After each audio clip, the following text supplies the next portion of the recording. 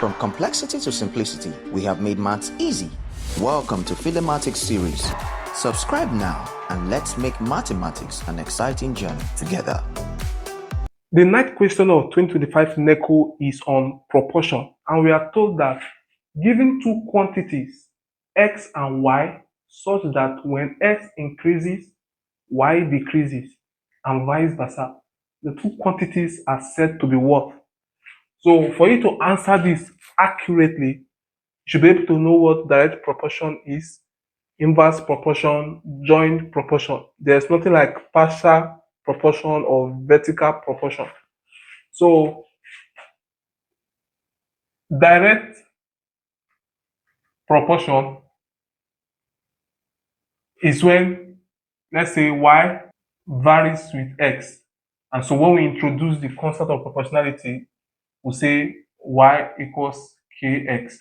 So in this case, as x is increasing, y is increasing by a constant of proportionality.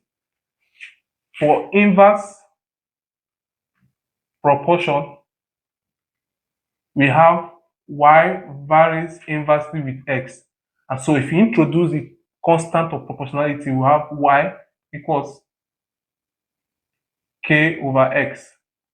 And so in this case, if x is increasing, y is decreasing.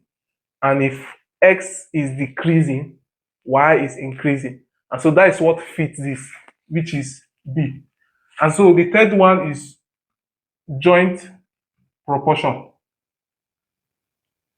where you say y is jointly proportional to x and inversely proportional to z.